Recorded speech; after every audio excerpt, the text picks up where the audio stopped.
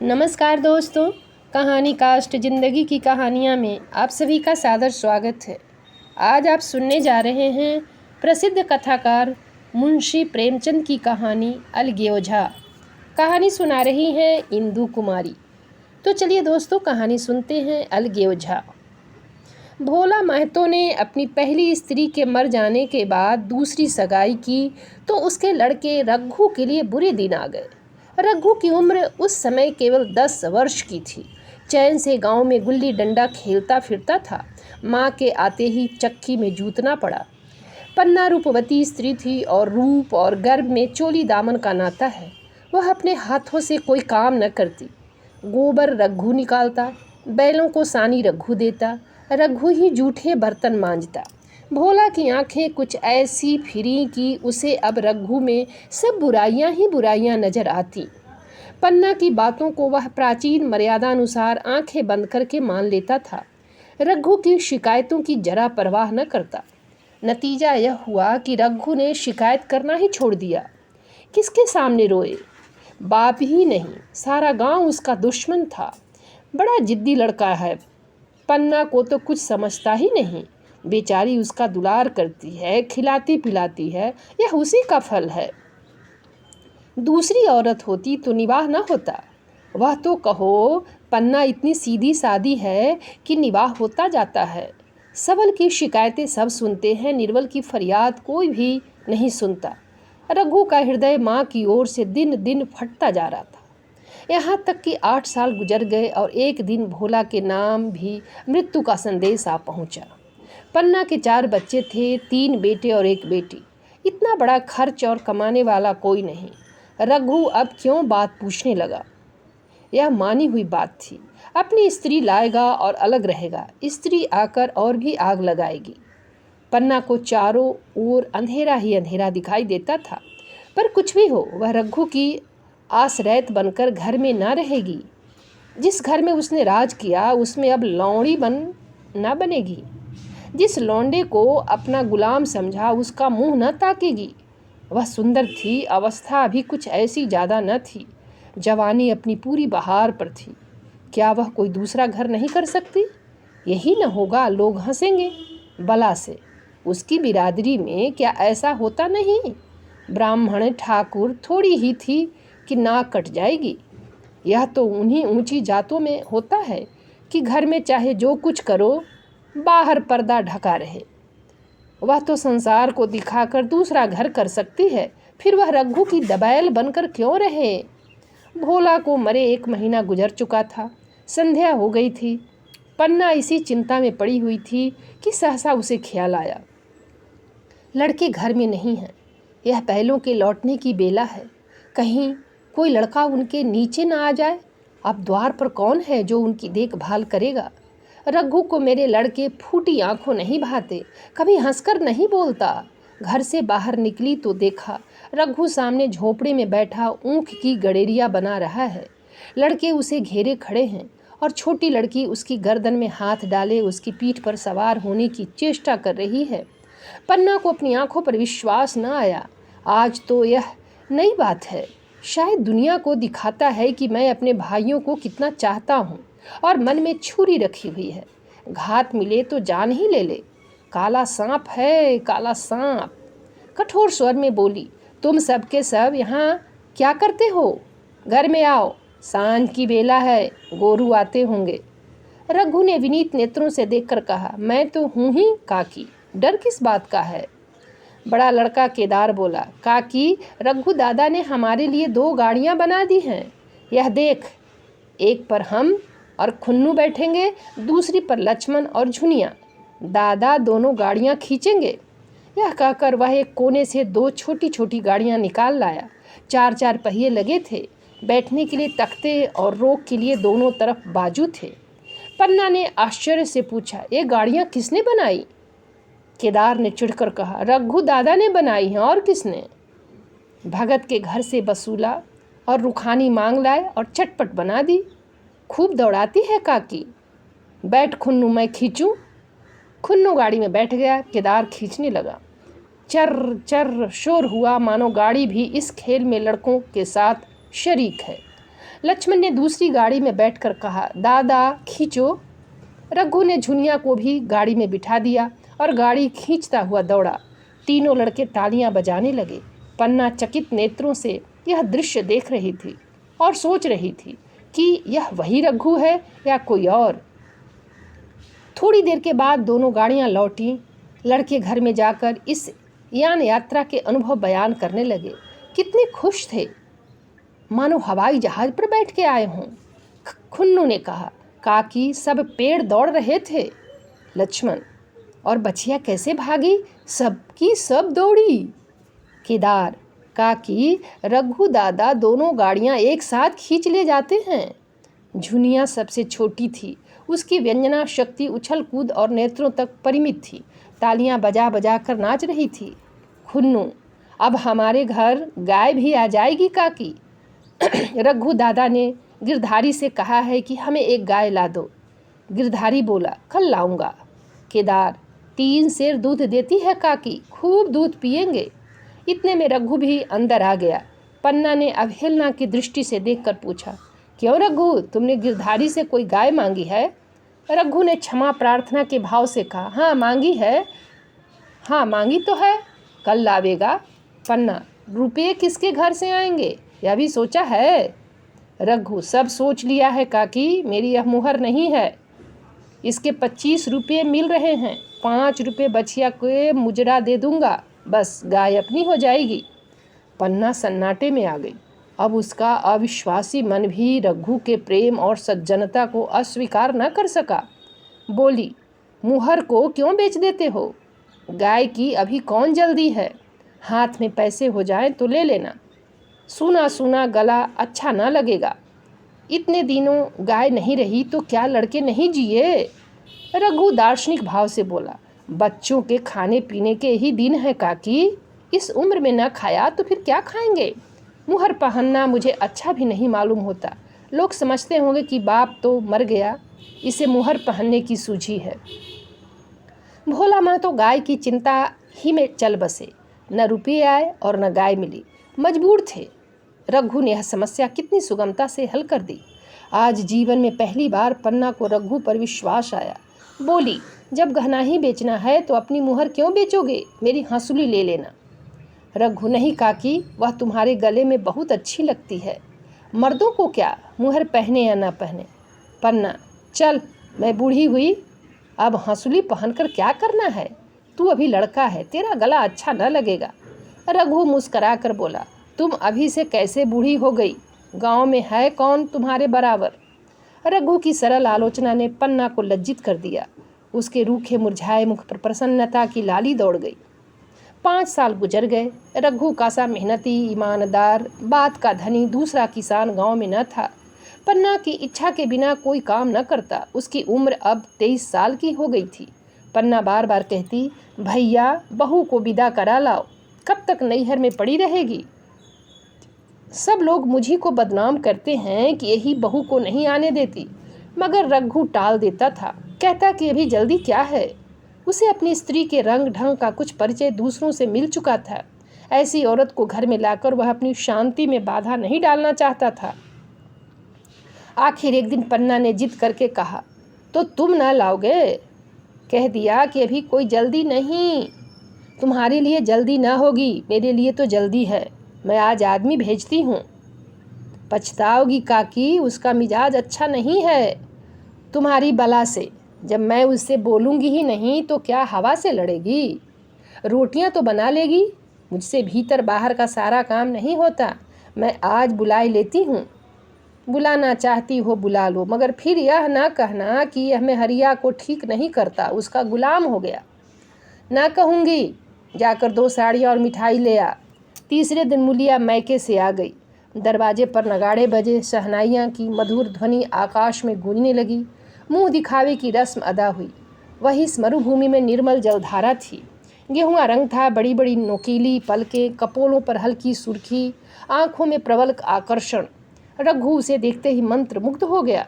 प्रातःकाल पानी का घड़ा लेकर चलती, तब उसका गेहुआ रंग प्रभात की सुनहरी किरणों से कुंदन हो जाता, मानो उषा अपनी सारी सुगंध, सारा विकास और उन्माद लिए मुस्कुराती चली जाती हो। मूलिया मैके से ही जली भुनी आई थी। मेरा शौहर छाती फाड़कर काम करे और पन्ना रानी बनी बैठी रहे, उसके लड़के रईस ज़्यादा बने घूमे। मूलिया से यह बर्दाश्त न होगा। वह किसी की गुलामी न करेगी।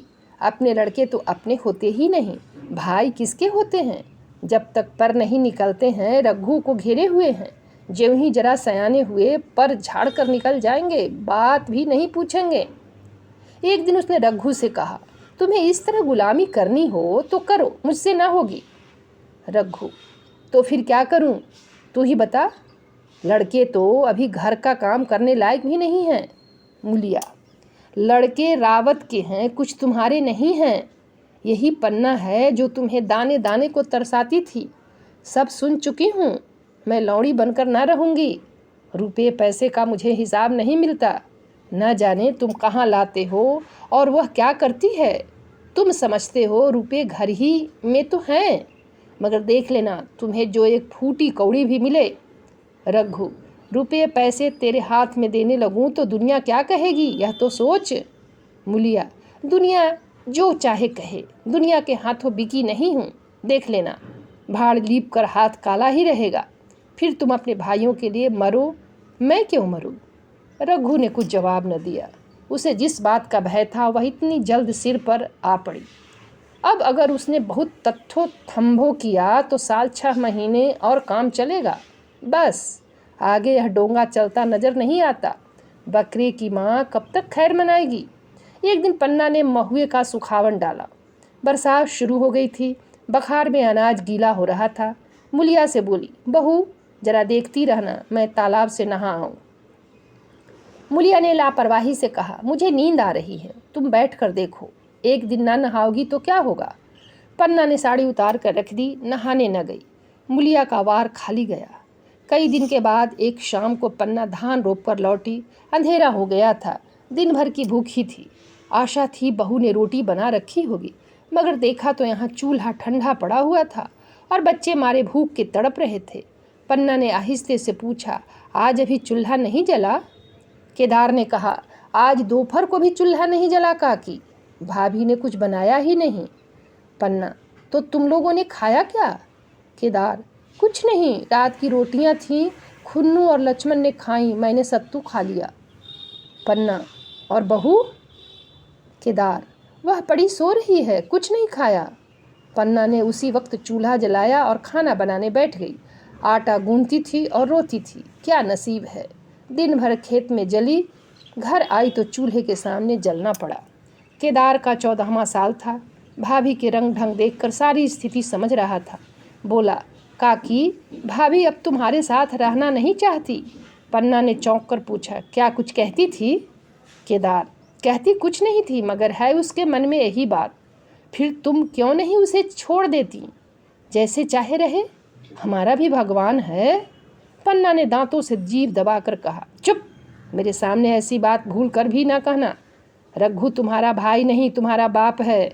मूलिया से कभी बोलोगे तो समझ लेना जहर खा लूँगी। दशहरे का त्योहार आया। इस गांव से कोस भर एक पूर्वे में मेला लगता था। गांव के सब लड़के मेला देखने चले। पन्ना भी लड़कों के साथ चलने को तैयार हुई, मगर पैसे कहाँ से आए? कुंजी तो मूलिया के पास थी। रघु ने आकर मूलिया से कहा, लड़के मेले जा रहे हैं, सबों को 2-2 पैसे दे दो। मूलिया ने त्योरियां चढ़ाकर कहा, पैसे घर में नहीं हैं। रघु, अभी तो तेलहन बिका था, क्या इतनी जल्दी रुपये उठ गए? मूलिया, हाँ उठ गए। रघु, कहाँ उठ गए? जरा सुनो, आज त्योहार के दिन लड़के मेला देखने न जाएंगे? मूलिया, अपनी काकी से कहो पैसे निकाले, गाड़ कर क्या करेंगी? खूंटी पर कुंजी लटक रही थी। रघु ने कुंजी उतारी और चाहा कि संदूक खोले कि मूलिया ने उसका हाथ पकड़ लिया और बोली, कुंजी मुझे दे दो, नहीं तो ठीक ना होगा। खाने पहनने के भी चाहिए, कागज़ किताब को भी चाहिए, उस घर पर मेला देखने को भी चाहिए। हमारी कमाई इसलिए नहीं है कि दूसरे खाएं और मूँछों पर ताव दें। पन्ना ने रघु से कहा, भैया पैसे क्या होंगे, लड़के मेला देखने न जाएंगे।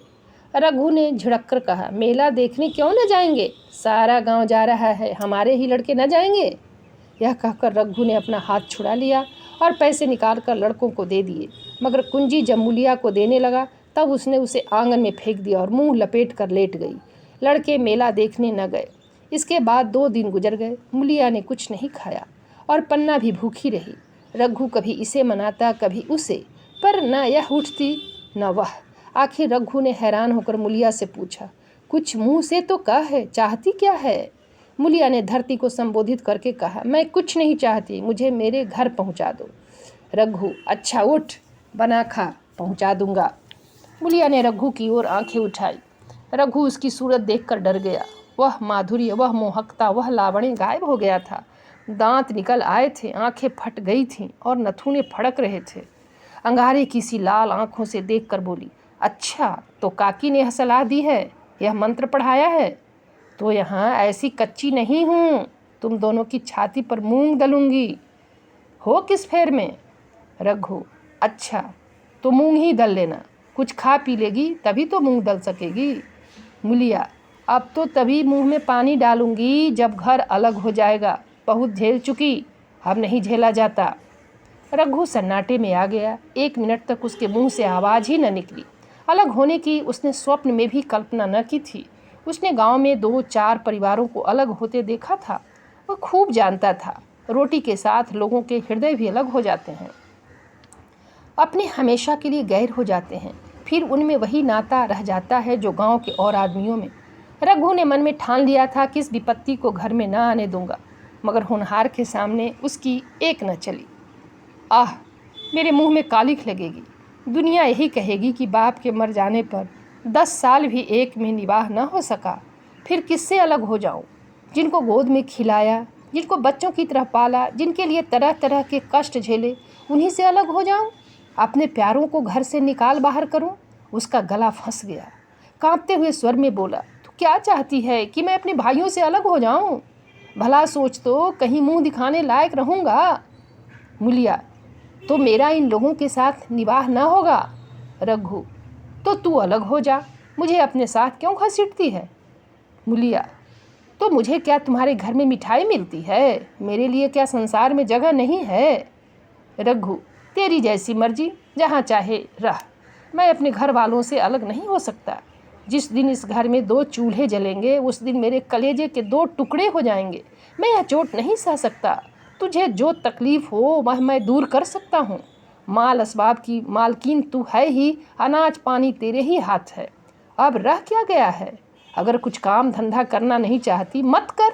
भगवान ने मुझे समाई दी होती तो मैं तुझे तिनका तक उठाने न देता।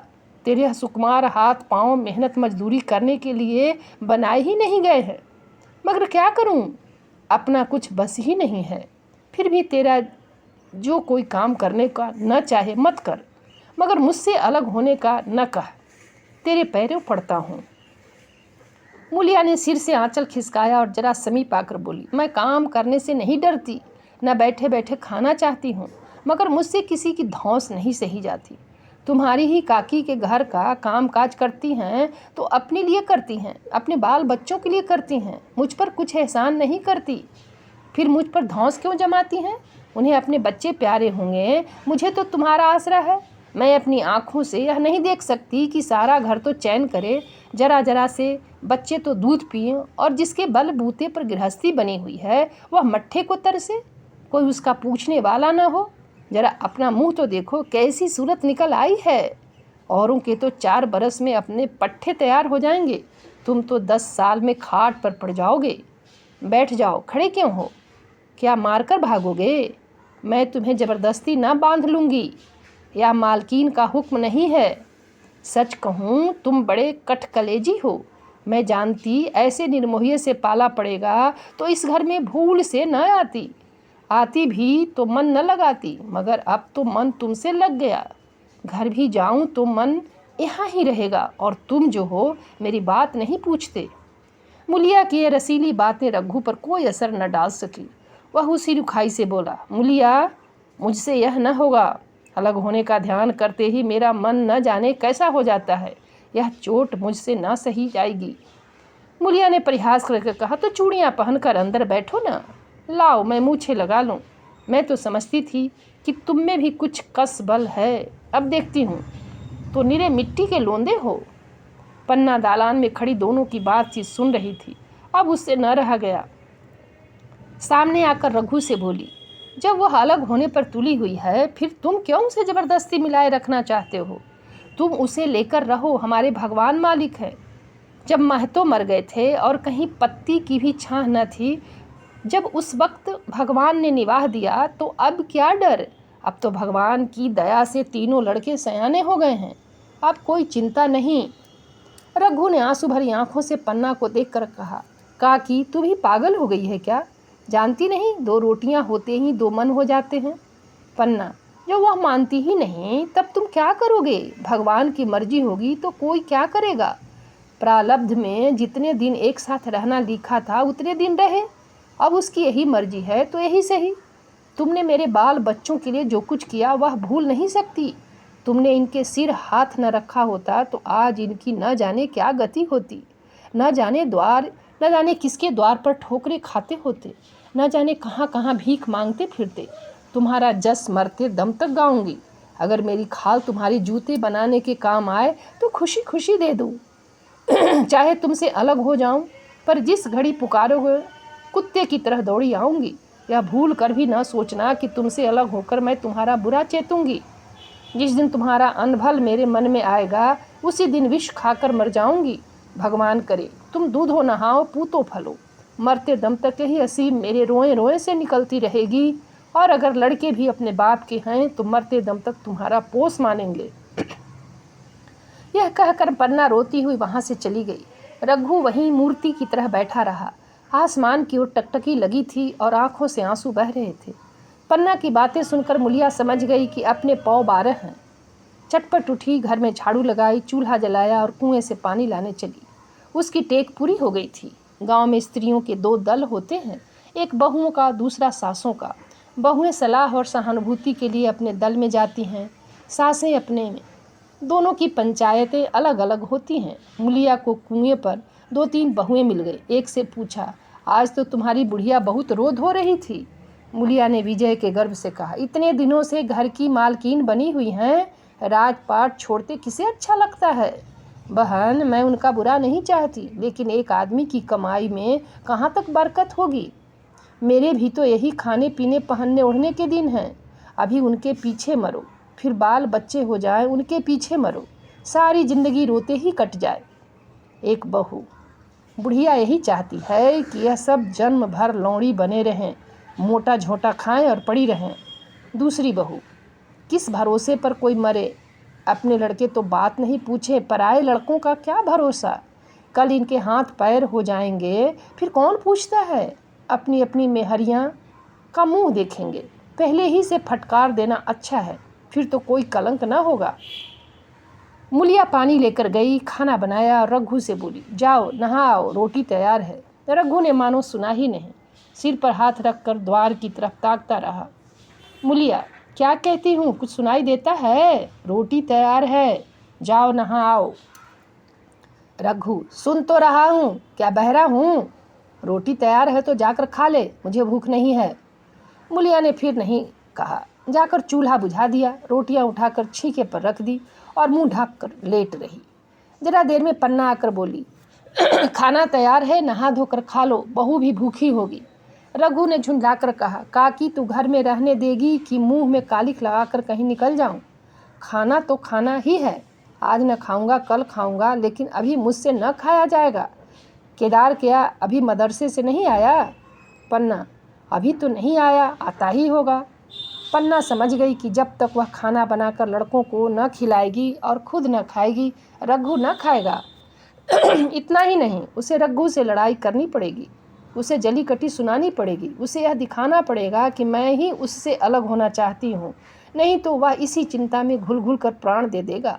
यह सोचकर उसने अलग चूल्हा जलाया और खाना बनाने लगी।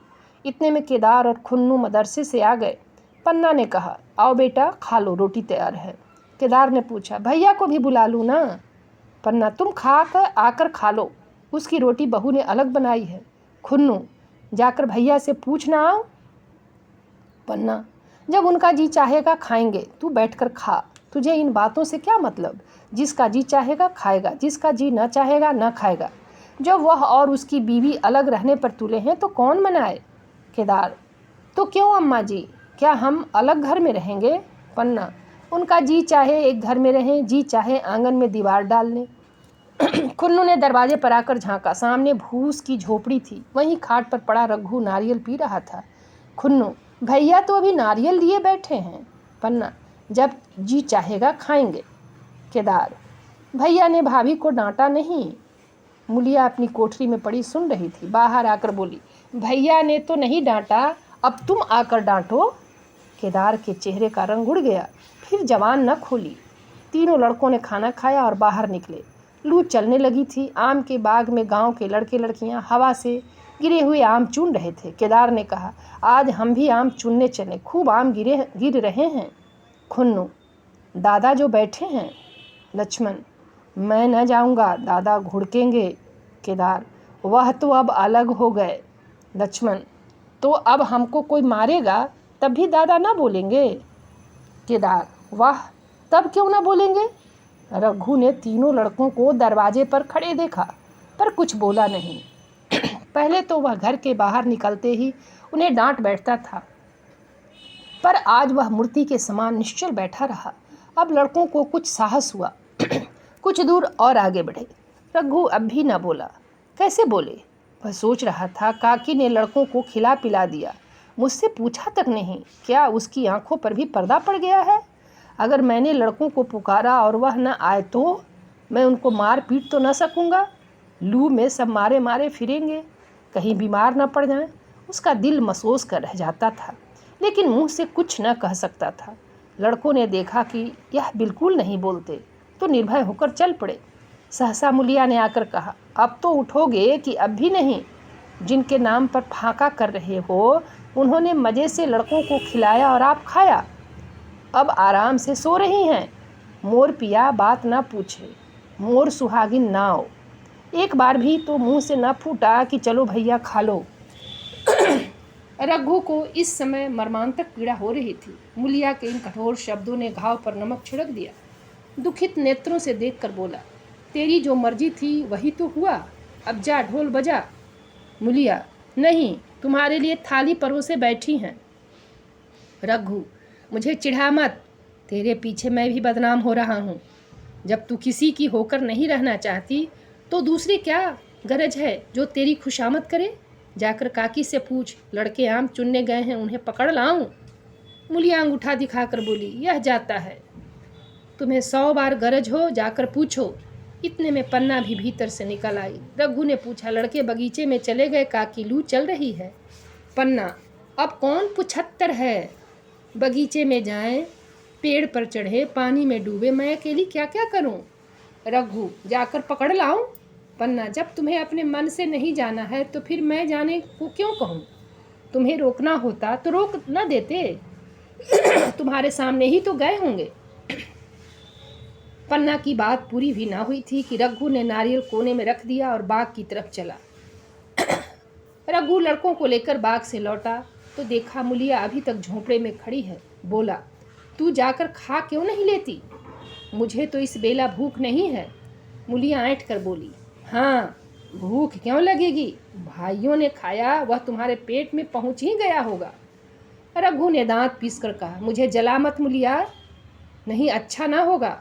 खाना कहीं भागा नहीं जाता, एक बेला ना खाऊंगा तो मर न जाऊंगा। क्या तू समझती है घर में आज कोई छोटी बात हो गई है? तूने घर में चूल्हा नहीं जलाया, मेरे कलेजे में आग लगाई है। मुझे घमंड था कि और चाहे कुछ हो जाए, पर मेरे घर में फूट का रोग न आ पाएगा, पर तूने मेरा घमंड चूर कर दिया। प्रारब्ध की बात है। मुलिया तिनक कर बोली, सारा मोह छोह तुम्ही को है कि और किसी को है? मैं तो किसी को तुम्हारी तरह बिसूरते नहीं देखती। रघु ने ठंडी सांस खींचकर कहा, मुलिया, घाव पर नोन न छिड़क, तेरे ही कारण मेरी पीठ में धूल लग रही है। मुझे इस गृहस्थी का मोह न होगा तो किसे होगा? मैंने ही तो इसे मरमर जोड़ा। जिनको गोद में खिलाया वहीं अब मेरे पट्टीदार होंगे। जिन बच्चों को मैं डांटता था उन्हें आज कड़ी आंखों से भी नहीं देख सकता। मैं उनके भले के लिए भी कोई बात करूं तो दुनिया यही कहेगी कि अपने भाइयों को लूटे लेता है। जा, मुझे छोड़ दे, अभी मुझसे कुछ न खाया जाएगा। मुलिया, मैं कसम रखा दूंगी, नहीं, चुपके से चले चलो। रघु, देख, अब भी कुछ नहीं बिगड़ा है, अपना हठ छोड़ दे। मूलिया, हमारा ही लहू पिए जो खाने न उठे। रघु ने कानों पर हाथ रखकर कहा, यह तूने क्या किया मूलिया? मैं तो उठ ही रहा था, चल खा लूँ। नहाने धोने कौन जाए, लेकिन इतना कह देता हूँ कि चाहे 4 की जगह 6 रोटियाँ खा जाऊँ, चाहे तू मुझे घी के मटके में ही डुबा दे, पर यह दाग मेरे दिल से न मिटेगा। मूलिया, दाग साग सब मिट जाएगा, पहले सबको ऐसा ही लगता है, देखते नहीं हो उधर कैसी चैन की बंसी बज रही है। वह तो मना ही रही थी कि किसी तरह यह सब अलग हो जाए। अब पहले किसी चांदी तो नहीं है कि कुछ घर में आवे, सब गायब। अब क्यों हमारे साथ रहने लगी? रघु ने आहत स्वर में कहा, इसी बात का तो मुझे गम है, काकी से मुझे ऐसी आशा न थी। रघु खाने बैठा तो कौर विष के घूंट सा लगता था। जान पड़ता था रोटियां भूसी के हैं, दाल पानी सी लगती, पानी कंठ के नीचे न उतरता था। दूध की तरफ देखा तक नहीं। 2-4 ग्रास खाकर उठाया, जैसे किसी प्रियजन के श्राद्ध का भोजन हो। रात का भोजन भी उसने इसी तरह किया। भोजन क्या किया, कसम पूरी की। रात भर उसका चित्त उद्विग्न रहा। एक अज्ञात शंका उसके मन पर छाई हुई थी, जैसे भोला महतो द्वार पर बैठा रो रहा हो। वह कई बार चौंक कर उठा। ऐसा जान पड़ा भोला उसकी ओर तिरस्कार की आंखों से देख रहा है। वह दोनों जून भोजन करता था, पर जैसे शत्रु के घर। भोला की शोकमग्न मूर्ति आंखों से न उतरती थी। रात को उसे नींद न आती। वह गांव में निकलता तो इस तरह मुंह चुराए, सिर झुकाए, मानो गौ हत्या की हो। 5 साल गुजर गए। रघु अब 2 लड़कों का बाप था। आंगन में दीवार खींच गई थी, खेतों में मेड़े डाल दी गई थी और बैल बछिए बांट लिए गए थे। केदार की उम्र अब 19 की हो गई थी। उसने पढ़ना छोड़ दिया था और खेती का काम करता था। खुन्नू गाय चराता था। केवल लक्ष्मण अब तक मदरसे जाता था। पन्ना और मुलिया दोनों एक दूसरे की सूरत से जलती थीं। मुलिया के दोनों लड़के बहुधा पन्ना ही के पास रहते। वही उन्हें उपटन मलती, वही काजल लगाती, वही गोद में लिए फिरती, मगर मुलिया के मुंह से अनुग्रह का एक शब्द भी न निकलता। न पन्ना ही इसकी इच्छुक थी। वह जो कुछ करती निर्व्याज भाव से करती थी। उसके 2 लड़के अब कमाऊ हो गए थे। लड़की खाना पका लेती थी, वह खुद ऊपर का काम काज कर लेती। इसके विरुद्ध रघु अपने घर का अकेला था। वह भी दुर्बल, अशक्त और जवानी में बूढ़ा। अभी आयु 30 वर्ष से अधिक न थी, लेकिन बाल खिचड़ी हो गए थे। कमर भी झुक चली थी। खांसी ने जीर्ण कर रखा था। देखकर दया आती थी। और खेती पसीने की वस्तु है। खेती की जैसी सेवा होनी चाहिए वह उससे न हो पाती, फिर अच्छी फसल कहाँ से आती? कुछ ऋण भी हो गया था। वह चिंता और भी मारे डालती थी। चाहिए तो यह था कि अब उसे कुछ आराम मिलता। इतने दिनों के निरंतर परिश्रम के बाद सिर का बोझ कुछ हल्का होता। लेकिन मुलिया की स्वार्थपरता और अदूरदर्शिता ने लहराती हुई खेती उजाड़ दी। अगर सब एक साथ रहते तो वह अब तक पेंशन पा जाता। मजे में द्वार पर बैठा हुआ नारियल पीता। भाई काम करते, वह सलाह देता। मैं तो बना फिरता, कहीं किसी के झगड़े चुकाता, कहीं साधु संतों की सेवा करता। वह अवसर हाथ से निकल गया। अब तो चिंता भार दिन दिन बढ़ता जाता था। आखिर उसे धीमा धीमा ज्वर रहने लगा। हृदय शूल चिंता कड़ा परिश्रम और अभाव का ही पुरस्कार है। पहले कुछ परवाह न की, समझा आप ही आप अच्छा हो जाएगा। मगर कमजोरी बढ़ने लगी तो दवा की फिक्र हुई।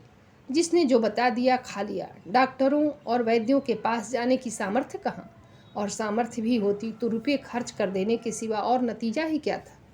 जीर्ण ज्वर की औषधि आराम और पुष्टिकारक भोजन है। न वह बसंत मालती का सेवन कर सकता था और न आराम से बैठकर बलवर्धक भोजन कर सकता था। कमजोरी बढ़ती ही गई। पन्ना को अवसर मिलता तो वह आकर उसे तसल्ली देती, लेकिन उसके लड़के अब रघु से बात भी न करते थे। दवा दारू तो क्या करते, उसका और मजाक उड़ाते।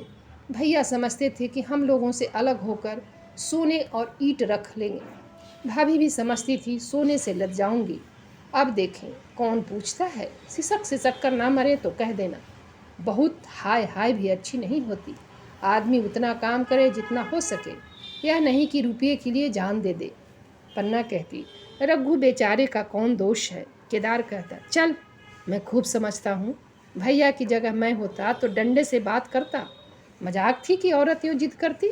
यह सब भैया की चाल थी, सब सधी बधी बात थी। आखिर एक दिन रघु का टिमटिमाता हुआ जीवन दीपक बुझ गया। मौत ने सारी चिंताओं का अंत कर दिया। अंत समय उसने केदार को बुलाया था, पर केदार को ऊख में पानी देना था। डरा कहीं दवा के लिए न भेज दें, बहाना बना दिया। मुलिया का जीवन अंधकारमय हो गया। जिस भूमि पर उसने मंसूबों की दीवार खड़ी की थी वह नीचे से खिसक गई थी। जिस खूंटे के बल पर वह उछल रही थी वह उखड़ गया था। गांव वालों ने कहना शुरू किया, ईश्वर ने कैसा तत्काल दंड दिया। बेचारी मारे लाज के अपने दोनों बच्चों को लिए रोया करती। गांव में किसी को मुंह दिखाने का साहस न होता। प्रत्येक प्राणी उससे कहता हुआ मालूम होता था, मारे घमंड के धरती पर पांव न रखती थी। आखिर सजा मिल गई कि नहीं? अब इस घर में कैसे निर्वाह होगा? वह किसके सहारे रहेगी? किसके बल पर खेती होगी? बेचारा रघु बीमार था, दुर्बल था, पर जब तक जीता रहा अपना काम करता रहा। मारे कमजोरी के कभी कभी सिर पकड़कर बैठ जाता और जरा दम लेकर फिर हाथ चलाने लगता था। सारी खेती नहस तहस हो रही थी। उसे कौन संभालेगा? अनाज की डांठें खलिहान में पड़ी थी, ऊख अलग सूख रही थी। वह अकेली क्या क्या करेगी? फिर सिंचाई, अकेले आदमी का तो काम नहीं। 3-3 मजदूरों को कहाँ से लाए? गांव में मजदूर थे ही कितने। आदमियों के लिए खींचातानी हो रही थी, क्या करे क्या न करे। इस तरह 13 दिन बीत गए। क्रियाकर्म से छुट्टी मिली। दूसरे ही दिन सवेरे मुलिया ने दोनों बालकों को गोद में उठाया और अनाज मारने चली। खलिहान में पहुंचकर उसने एक को तो पेड़ के नीचे घास के नर्म बिस्तर पर सुला दिया और दूसरे को वहीं बैठाकर अनाज मारने लगी। बैलों को हाँकती थी और रोती थी। क्या इसीलिए भगवान ने उसको जन्म दिया था? देखते देखते क्या से क्या हो गया। इन्हीं दिनों पिछले साल भी अनाज मारा गया था। वह रघु के लिए लोटे में शरबत और मटर की घुगनी लेकर आई थी। आज कोई उसके न आगे है न पीछे, लेकिन किसी की लौड़ी तो नहीं हूँ। उसे अलग होने का अब भी पछतावा न था। एकाएक छोटे बच्चे का रोना सुनकर उसने उधर ताका तो बड़ा लड़का उसे चुमकार कर कह रहा था, भैया तुम चुप रहो, तुम चुप रहो। धीरे धीरे उसके मुंह पर हाथ फेरता था और चुप कराने के लिए विकल था। जब बच्चा किसी तरह न चुप हुआ तो वह खुद उसके पास लेट गया और उसे छाती से लगाकर प्यार करने लगा। मगर जब वह यह प्रयत्न भी सफल न हुआ तो वह रोने लगा। उसी समय पन्ना दौड़ी आई और छोटे बालक को गोद में उठाकर प्यार करती हुई बोली, लड़कों को मुझे क्यों न दे आई बहू? हाय हाय, बेचारा धरती पर पड़ा लौट रहा है। जब मैं मर जाऊं तो जो चाहे करना, अभी तो जीती हूँ। अलग हो जाने से बच्चे तो नहीं अलग हो गए। मुलिया ने कहा, तुम्हें भी तो छुट्टी नहीं थी अम्मा, क्या करती? पन्ना तो तुझे यहाँ आने की ऐसी क्या जल्दी थी?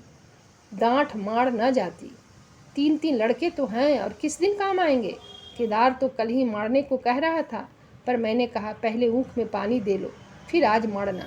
मड़ाई तो 10 दिन बाद भी हो सकती है। ऊख की सिंचाई न हुई तो सूख जाएगी। कल से पानी चढ़ा हुआ है, परसों तक खेत पुर जाएगा, तब मड़ाई हो जाएगी। तुझे विश्वास न आएगा, जब से भैया मरे हैं केदार को बड़ी चिंता हो गई है। दिन में 100-100 बार पूछता है, भाभी बहुत रोती तो नहीं है? देख लड़के भूखे तो नहीं हैं?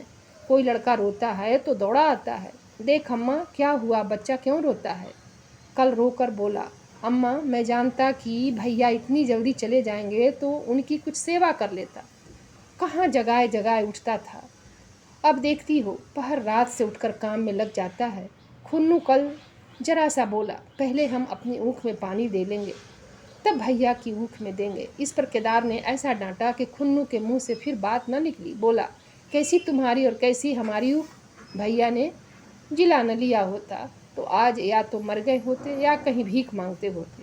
आज तुम बड़े ऊख वाले बने हो। यह उन्हीं का पूर्ण प्रताप है कि आज भले आदमी बने बैठे हो।